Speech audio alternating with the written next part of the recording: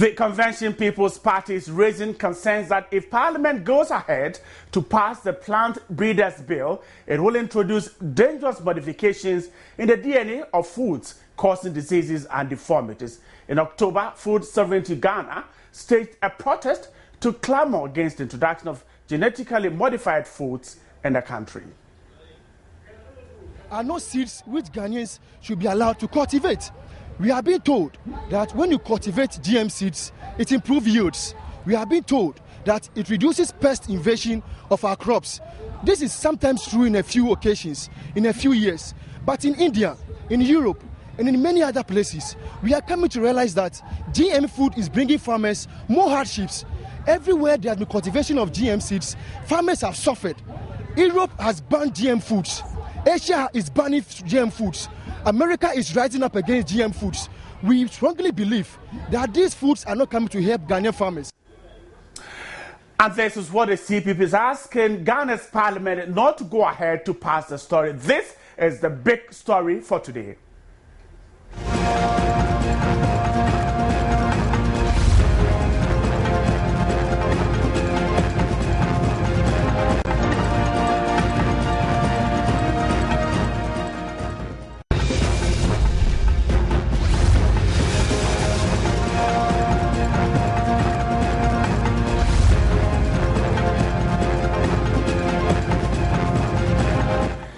My name is Bright Nanamfo. The Convention People's Party says the bill, which has entered consideration stage in Parliament, is an attempt by an overwhelming lobby of multinational companies to push a sinister agenda to control Ghana's food chain through unsuspecting lawmakers and on the blind side of Ghanaians. Genetic modification involves the mutation, insertion, or deletion of genes when genes usually come from a different species are inserted into a new organism such as plants or animals and take on properties and behaviors that it otherwise did not have. According to scientific report, CPP said it has cited genetically modified tomatoes, for example, can bounce and its potatoes can glow in the dark. Supporters of GMOs argue that the genetic modification of foods allows for increased food production and more resilient and nutritious crops. Joining me on the phone lines is the chairman of the Convention People's Party, Samia Nkrumah. Samia, thanks so much for your time. Thank you so much.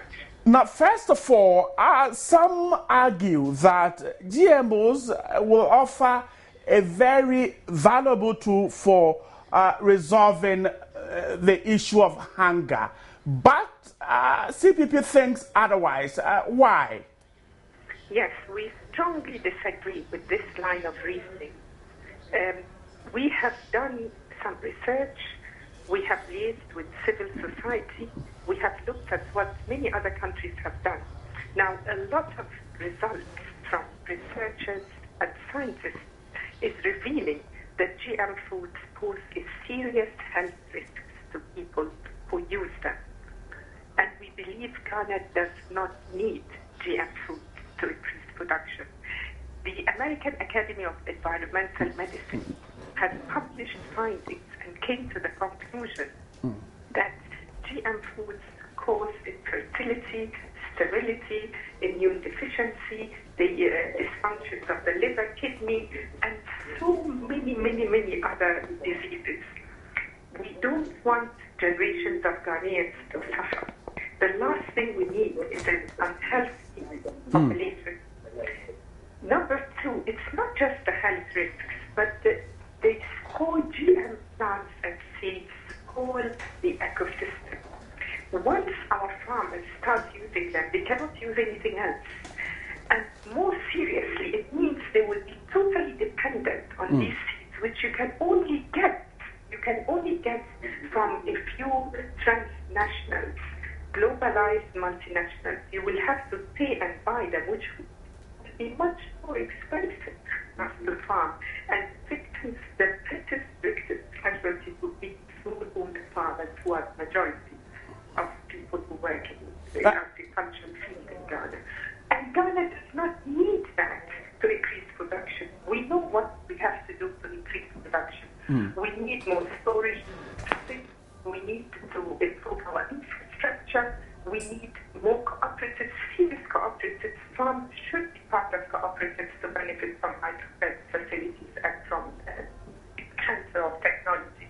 We just need a long-term, serious plan for agriculture and food production. We do not need that. We are lucky to have good weather, arable land. We just need to organize. What we are saying is, please, this bill is going by unnoticed. We are appealing to our MPs, the legislature. We are appealing to the government. Let's precise party affiliations. This has nothing to do with NDC or NDP or CPC. This is to do with the health of the people of Ghana, the future of Ghanaians, the health, the well-being, and how we control our food production and our resources. We don't want to become hostages and forever dependent on others to grow our own food. So we want to sensitize people, and before this bill is passed, because like you rightly said, it is before Parliament, it will be debated on its second stage of the consideration, so it can be passed any minute. And some civil society organizations have had the courage to take action. Food Sovereignty Ghana has petitioned the Speaker of Parliament. The CPP UK branch has petitioned our President. We have all called for a moratorium on the bill, a moratorium on GM foods. We know that right now, as we speak in the district of Solon, they have tested on genetically modified cotton and rice. Right. And we have to wake up before it gets too late. All right. Right. Madam Sabi, hold the line for me. Let me try and speak to Professor Walter Sando Al-Hassan. He is a member of the National Biosafety Committee. He's also joined us online. Prof, thanks so much for your time. Thank you. And are we really in danger from GMOs? Okay. What are you saying? I'm asking that are we in danger from GMOs? No. Far from that. There's nothing like that. We are not really doing that. Besides, I don't even know what you mean by danger. You know? Because whatever food material is of a genetically modified base, it has to go through biosafety checks before it is released. So I don't know what you're talking about. Now, has it come to your notice that civil society organizations, as well as CPP, for instance, is asking that Parliament should be careful in taking a look at a bill currently before it, the Plant Breeders Bill? Yes. What is wrong with that? Parliament is always careful of whatever bill that is before them, whether it's agriculture, non-agriculture, GM or non-GM. I'm sure they did the normal due diligence, and if the public have any information on any aspect of the bill, they can just put it before them. And if it is reasonable, they will take it. So I do not see anything alarming about any bill before Parliament now with regard to the Plant Breeders Bill. No. What is the problem? Now, still rather on the phone, let me go back to Madam Samian Nkrumah, the chairperson of the Convention People's Party. Now, the CPP thinks that the Plant Breeders Bill in Parliament, for instance, will introduce dangerous modifications in the DNA of foods, and this will cause diseases and deformities. Now, Madam Samian Nkrumah, Professor Al-Hassan thinks that this perhaps it's not the case. Yes, I couldn't hear what the professor was saying. Right. The line is not very clear. Right. The bill will definitely, what the bill will do as it stands now, it will allow these multinationals who are breeding and storing these genetically modified plants and seeds, it will allow them to operate freely in Ghana, and therefore automatically that will lead to genetically modified seeds arriving in Ghana, being planted in Ghana. And once you do that, you cannot reverse the process. Our farmers will not be able to save, exchange, or replant as we traditionally do. Right. So it changed the land, to spoil the land, and the reversal of that process is very costly and even cost us make judgment acts. Our farmers will be forced from henceforth to buy the seeds. And this is totally unnecessary. And I will just, if we think of the countries that have ceased the moratorium or restricted the entry and use of GMO, we will take two of them. Right. India, China even, Mexico, Hungary, Australia, Switzerland, Japan, Bulgaria, some countries of the EU. Why are these countries buying GMO?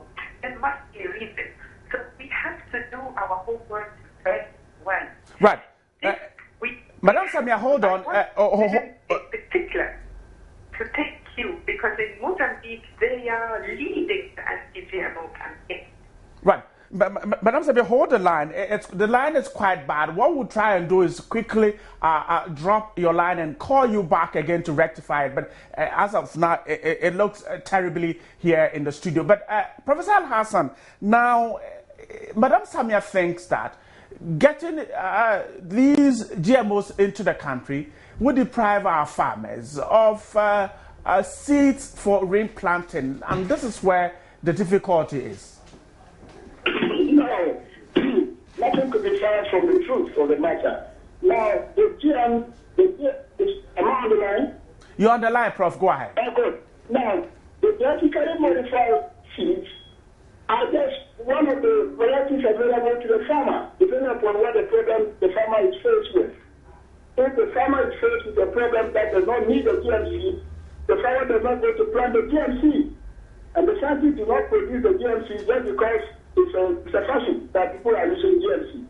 It's when there are programs that are intractable through the normal breeding systems. Then they apply this other technology that is also available to help them solve the particular problem. For instance, we are doing trials now on cowpea.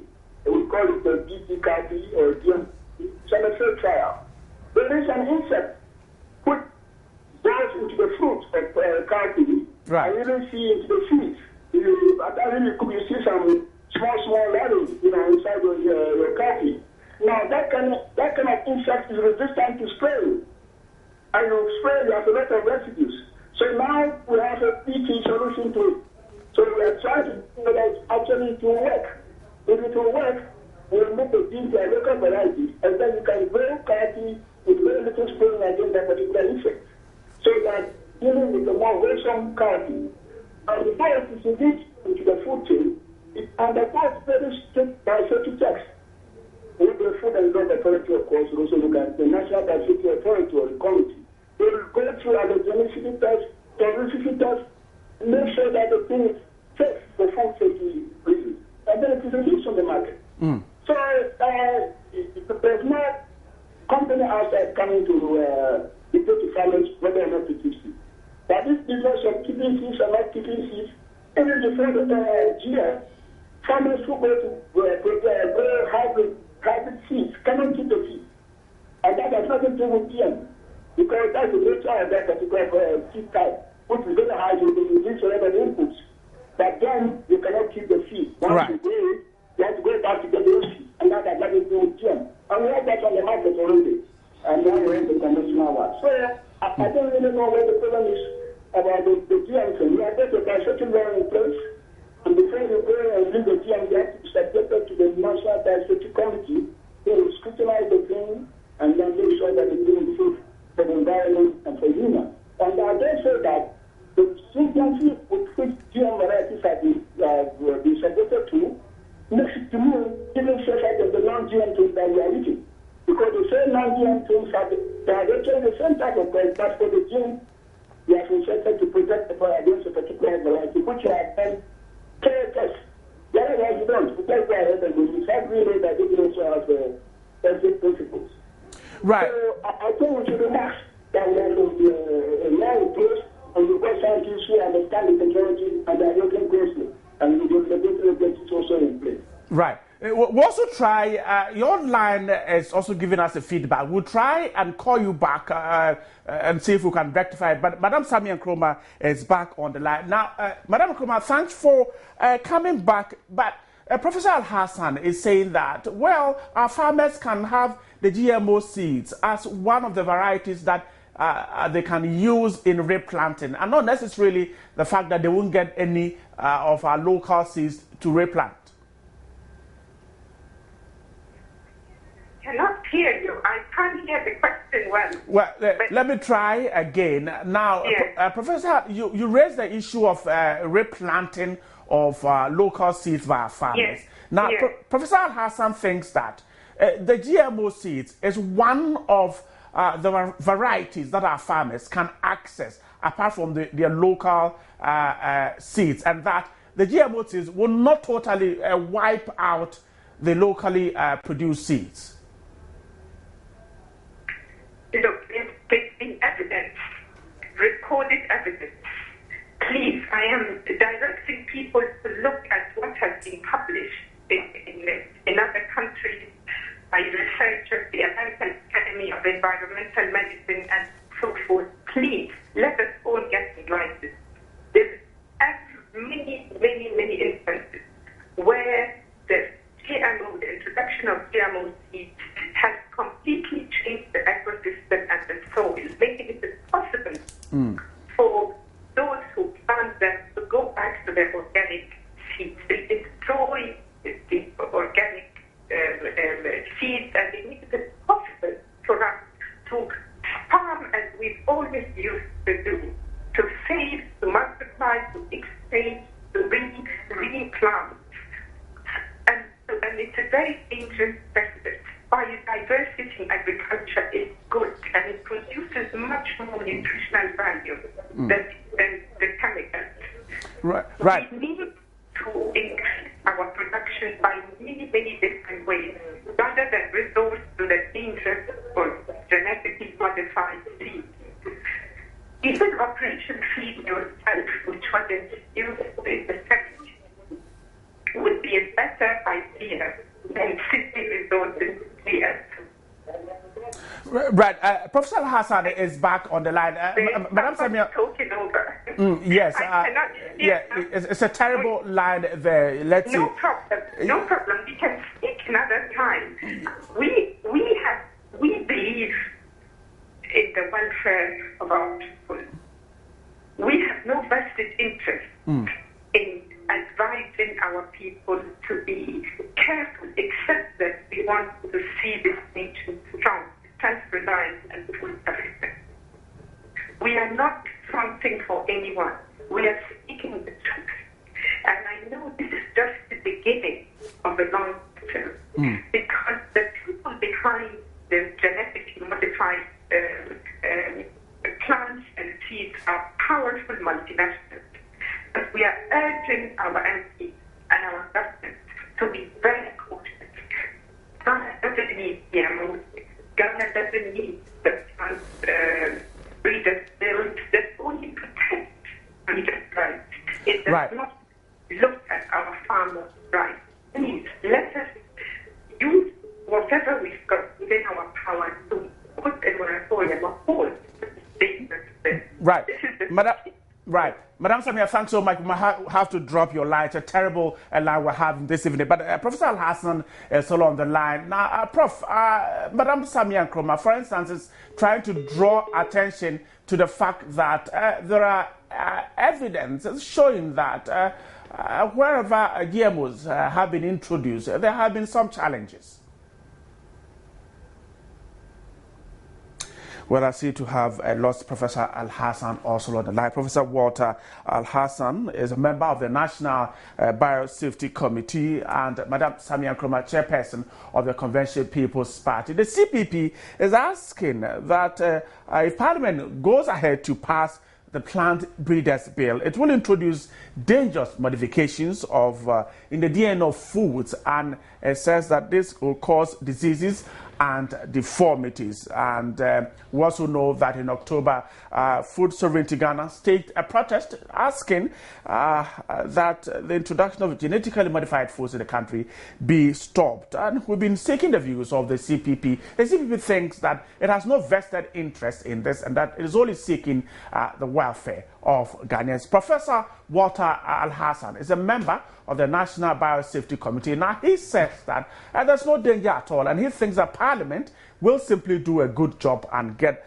the right thing than there. We're trying hard to get to see if we can have very clear lines. Let me check if Professor Al-Hassan has just joined us.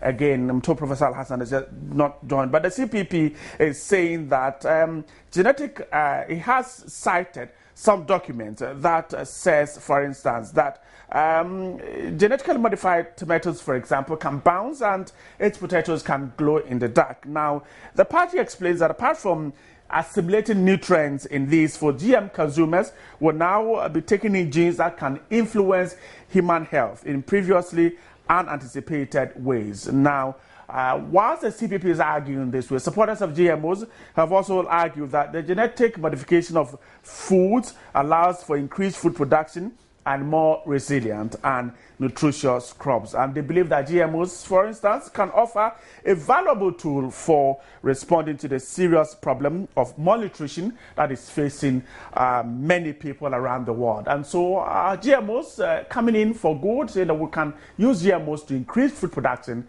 and help check hunger and malnutrition across the world. We'll try and get these two persons back of the line. Professor Walter Al-Hassan, a member of the National Biosafety Committee, and Madam Samia Nkrumah, chairperson of the Convention People's Party. But for now, let's take a break, and when we come back, we'll see of the lines. We'll get these persons back to us.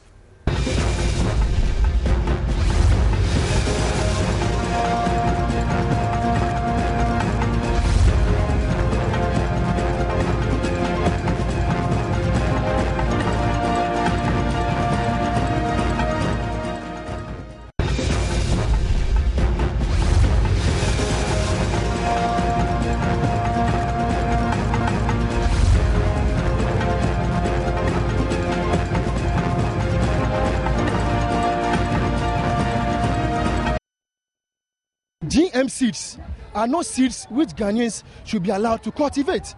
We are being told that when you cultivate GM seeds, it improves yields. We are being told that it reduces pest invasion of our crops.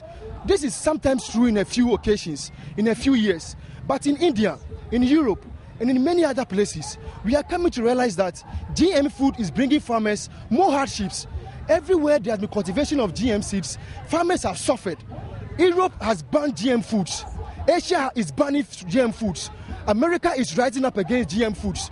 We strongly believe that these foods are not coming to help Ghanaian farmers. And that is what the CPP is asking Parliament to do. Be careful about passing the Plant Breeders Bill. That's how we're wrapping up the first part of the show. Don't forget, an interactive segment is coming up right after this. Stay with me. I'm coming back with Lady Marianne for the next segment of today's big story. Welcome back, and it was known as the Vicky Leaks saga. It's still on. The Chief Justice Committee is asking some people to appear before it, and that will be the issue for interactive segment, and Marianne has just joined me. So that issue is still raging on. It's still raging on, and even so today, lots of people are talking about it, and the big question was the committee actually necessary? And we're looking at it from what happened before the so-called Vicky Leaks. Right. Other people have said so many things, including treasonable offences, if you can call them that. But no committee was actually set up to look at that one. Why this particular one? So it's about the Chief Justice Committee and the NPP asking the Chief Justice look into what was said on the tape. Exactly, and that portion where he said that Gender Minister Nanoye Letha may have played a role in securing the victory for the NDC. Well, maybe she's a lawyer, so may have put in a few words to the various, maybe, we never know. The lawyers of the respondents. You know what I'm saying? Welcome, Marianne, once again. Thank you so much.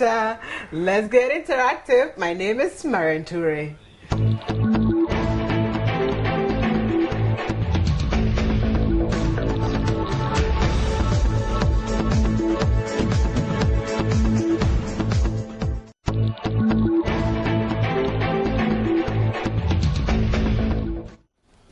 This is the only place where you can find almost a half hour of interactivity on TV. This is JN Interactive within today's big story. And we are talking about WikiLeaks in court. But if you're just joining us, I'd like to announce all the social media tools that you need to get in touch with the show. After all, this show is nothing without your comments and the feedback that you send in. You can find us on facebook.com/joynews on TV. Like the page, comment on all the posts that we put there, and then we'll take it from there and share it with the rest of the world as we do here. If you're sending us a tweet, send it to @joynews on TV. That is our Twitter handle, and use the hashtag GNInteractiveGH, and we'll be able to sort everything out and take them all at once.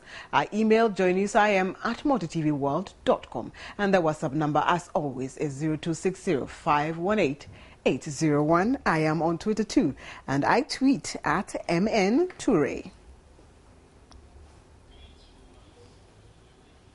And as always, GN Interactive is where tech meets news to set the agenda. So in setting the agenda, I'd like to take you through some of the stories that are trending, and therefore, which has actually called for this, for us to talk about this today, because you're also talking about it, and it's on almost all the news portals. And this one, for instance, is on Radio XYZ portal, and it's saying that CJ committee summons Vicky Hammer to come and then see that. So the bit says Justice Samuel Kofi Data Bar Committee, set up by Chief Justice Georgina Theodore Wood, has summoned Victoria Lakshmi Hammer, a former Deputy Minister of Communications, for question over statements she made on a leaked tape.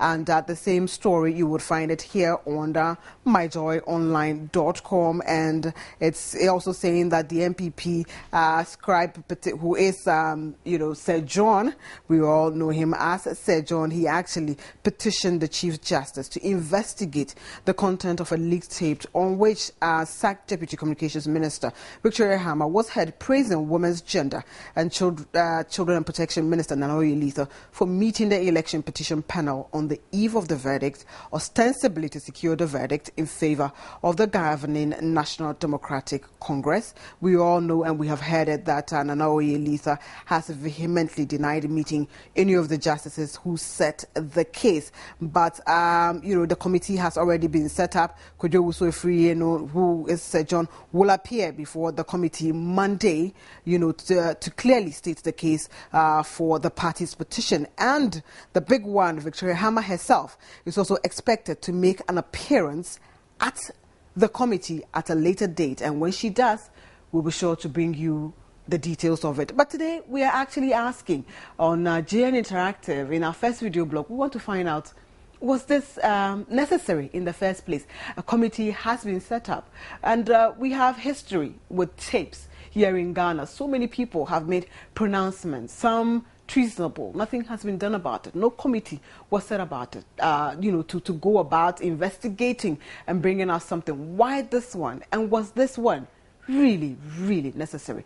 You've been sharing your views with us. We will take our first video blog. Nothing is wrong for her to appear before the committee. But you see, there are other questions that are being raised by the other side, that is the NDC side, trying to give a similar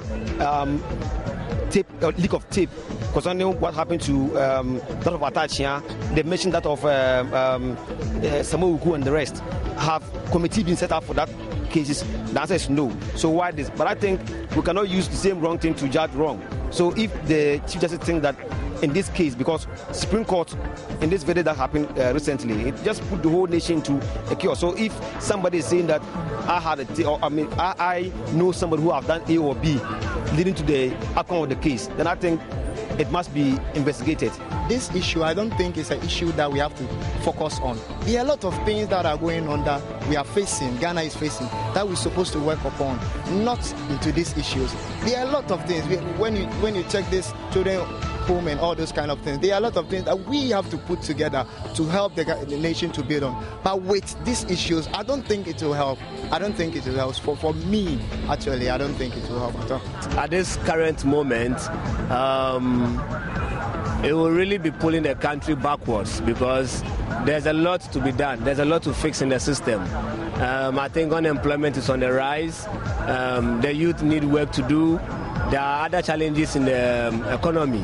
So what I'm thinking is that we don't really need to waste much time, but then it has to be on records that we really need to change the way we go about our democracy, and then about the judiciary, we need to change some things in there, since issues of this nature can really bring about a lot of changes. Yeah. Whatever the question that the committee will put to her, and the answer that you give, I think if he is able to express himself, herself, and all those things, that's why I say, for transparency's sake, for everybody to know what has happened, what actually happened to her and all those things. If he's able to come and explain for the whole nation to listen to it, I think it's fair. Those cross-section of views will go to social media, especially Facebook, and take some comments that have been coming through. And we've actually been asking, the question is, what are your expectations of how things should go once the committee actually meets? So this is, the precursor that the Chief Justice has actually set up a 7-member committee chaired by Dr. Justice F.K. Dateba to investigate the veracity of claims in the tape by the SAC Deputy Communications Minister Victoria Hammer.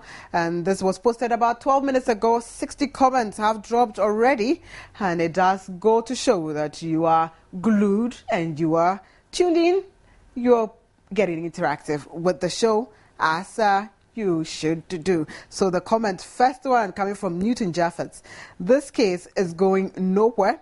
It's just going to end up like the first one. While some of us are suffering, they are using our money anyhow. God save Ghana. Good evening, Marian. You are looking cute as always. Thank you so very much, Newton Jaffet. Mutala says, this is a laudable idea, and I applaud the CJ for this bold initiative. But mind you, all secret tapes that came into the spotlight and are damaging to our socio-economic stability should be investigated. And if any individual is found guilty, the law should take its course. Talking of Asachia's secret tape, in which the CJ's name was purported to have been mentioned, Samia Wuku's secret tape, where he was reported to have said some of the judges are symptomatic to the cause of the MPP. All such tapes sympathetic, to the cause of the MPP. All such tapes should be investigated, and those found culpable should be brought to book. After all, what is good for the goose is also good for the gander. FO says, in the first place, the setting of this committee is a waste of the taxpayers' money and it's going to achieve nothing. And is the Chief Justice saying she deals with tapes selectively? Tapes have come up and she never bothered to investigate. And even in the Atachia tape, the Chief Justice's name has been mentioned. And if it was her, I would have been interested in clearing my own name. It's in Ghana we investigate hearsay. As for Sir John, expect him to go and entertain the committee members with his usual comedy, another petition movie. Gilbert from Asylum from Bolgatanga says, I hope this particular committee would be genuine and proactive in unraveling all the mysteries surrounding the issue at hand. Otherwise, they should stop wasting the taxpayers' money in forming committees whose investigative outcomes turn out to be useless. Roland Yabwa Apu, I can bet you this is going to yield a fruitless result. Baba Musa Tamale, we are waiting to hear what Shajon will tell the committee on Monday. My plea to the Chief Justice is that she should as well be willing to set up a committee to investigate the Samia Wuku's tape, even if nobody petitions her, because it is in her own interest to clear that allegation that 8 of the Supreme Court justices who sat on the petition had their allegiances with the MPP. Finally, the Chief Justice must equally set up another committee to investigate Honorable Atachia's tape in 2009, which indicted her leadership and ladyship and Chief Justice over the MPP's decision to go to the Supreme Court on a public holiday on 1st January 2009. Last comment before we go for our next video blog. I think MPP should just let go. We already have a lot to deal with as a country. And the last thing we need is another electoral debate. Let's maintain the peace we have. We'll pause here and take some more of your, the blogs that have come through. And we are actually asking us to share your expectations of how things would go or should go at the committee hearing. Let's take our next video blog.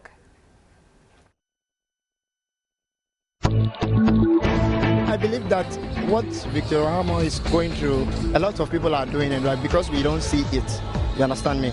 So, for me, once I don't have much knowledge about what they are going to say more, but I can really come out saying that I don't expect them to punish her or to do this, because many people are doing it, but because they are not being caught, and that is the reason why I think it is not necessary for them to. I don't expect that they should.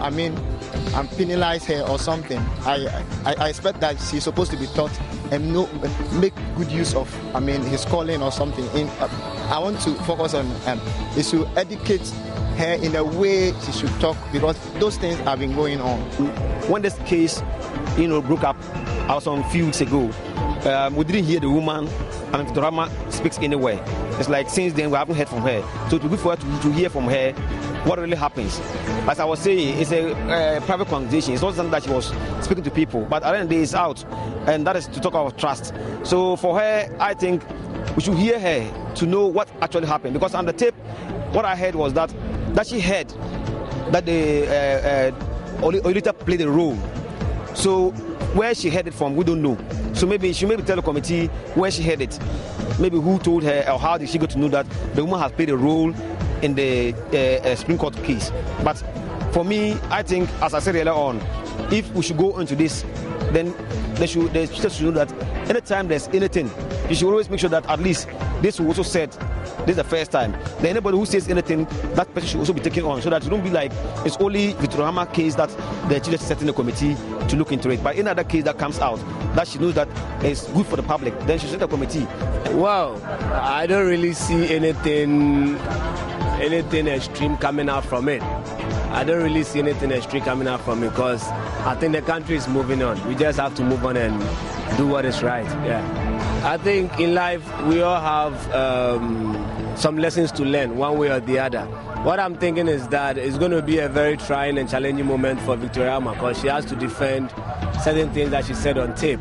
But on the other hand, what I'm also thinking is that we need to know how to talk. We need to know how to talk. I think it should be a lesson to everybody out there. And I also think that Victoria herself should have learned a lot from this issue. And then next time she'll know how to talk.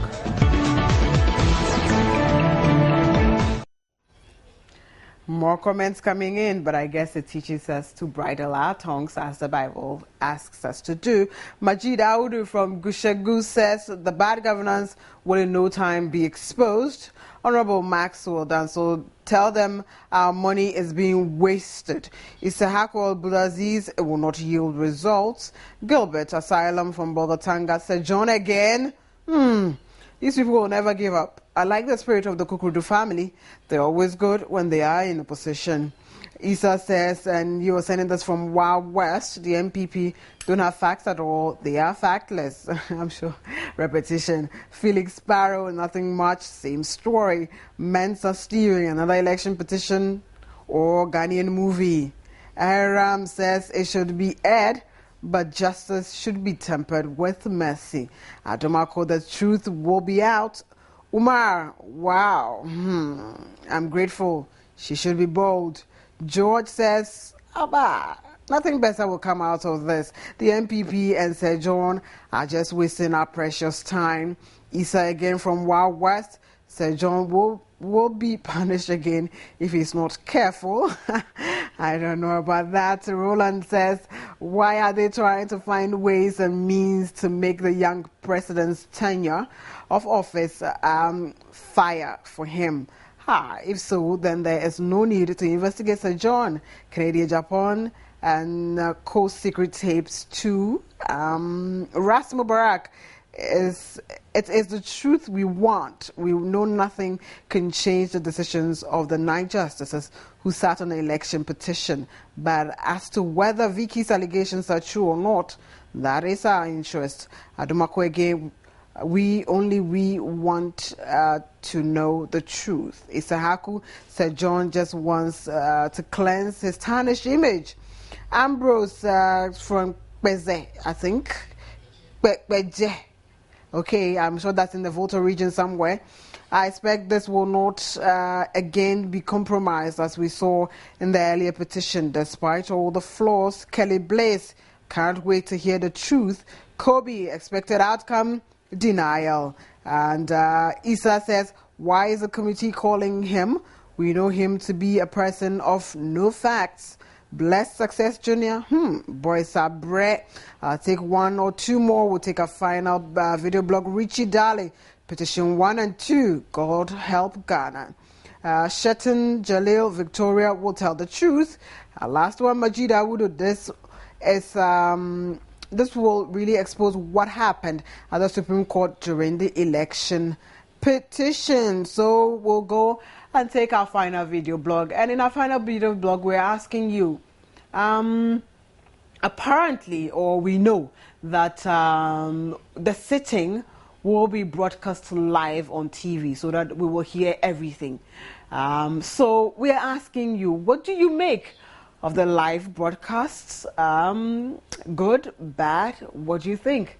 Let's take our last video blog. Well, it's being going to shown or it's not shown. It depends on her, because he's coming to say whatever what transpires between that case. So if it's being shown live and whatever he knows he's having her, he brings it out for everybody to know, all Ghanaians to know that what has happened. I think it's fair. I don't think showing it live is necessary for me. Yes, because as I said earlier on, this is a private conversation that she was doing.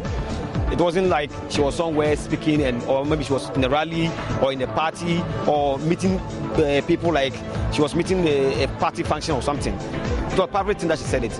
So we all know that somebody who she trusted leaked this thing out. So if the children want to find out from her, I think the best thing is to call her and should tell them what happens before it can go on air. By going on air straight to put it, I don't think it's good. Maybe it's also made. I don't know how to put it, but I think her privacy. Personally, I think it's not the best. It's not like the Supreme Court case that everyone wants to hear how it goes. But this is something that we have not seen before, so I don't think bringing it live will be necessary.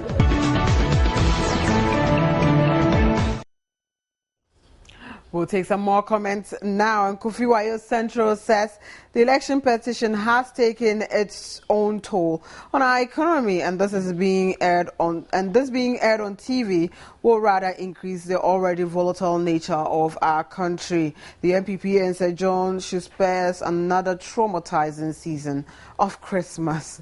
What will this country turn into when others also call for committees to look into other tapes? These politicians should give us a break.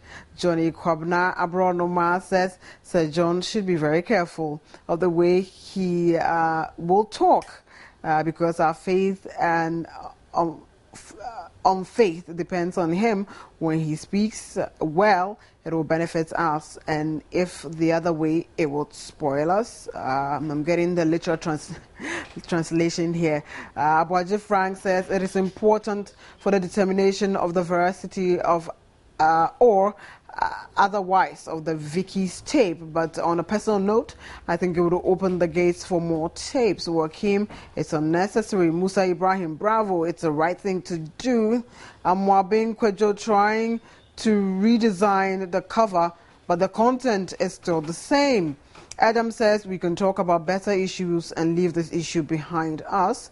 Simon says it's good news. Musa Ibrahim, bravo, it's the right thing to do to clear any misunderstanding. Kwesi Banker, nothing good will come out of this. Think of how to move your party forward, said John. Kojo Opare Anoba says, I do not think that Nana Olisa will accept responsibility for that allegation, but I am hopeful politicians and those in authority will learn what to say, when and how they say it, and above all, treat their drivers well. Alhassan Sumani says it is going to be interesting. What Ghana are we living in? Ahid, it's a useless committee. Roland, I've taken so much from Roland today. Let's jump Roland again. Abdul Hamza says this is a waste of our precious time. The outcome cannot overturn the ruling of the Supreme Court of Sonobana Kofi I of the Truth Forum, although nothing better will come out of it, but the whole world will know the kind of rented justice we have in our country and Africa as a whole. Shani Baumia, I think the Chief Justice should dissolve the committee. Ghanaians are tired of fake committees. Boy Sabre, Ghana deserves better from the stomach politicians. Final comments. Watch a successful success. Emmanuel says it's not necessary. We have economic challenges to remedy. God bless Ghana.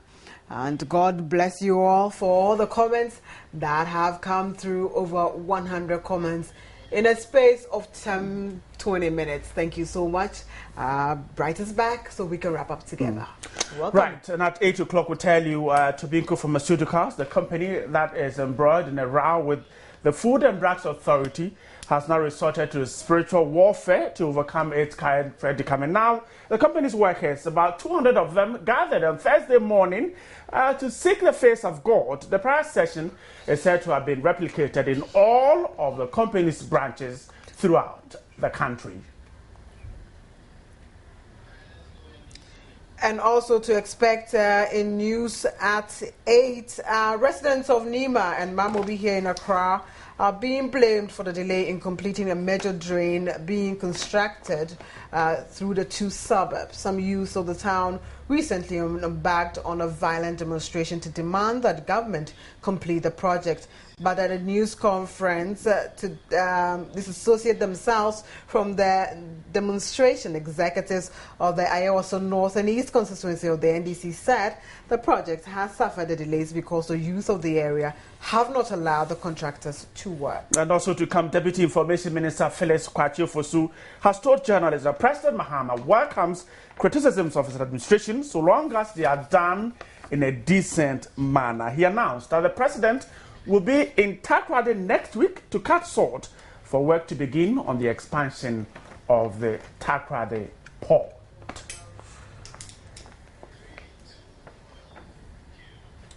That's how we're wrapping up the show for today. We're back here tomorrow at 6 p.m. to wrap up for the week. But don't forget that Joy News Exclusive is coming up with Steve Ante. My name is Bright Nanamfo. And my name is Marian Ture. Do have a pleasant evening.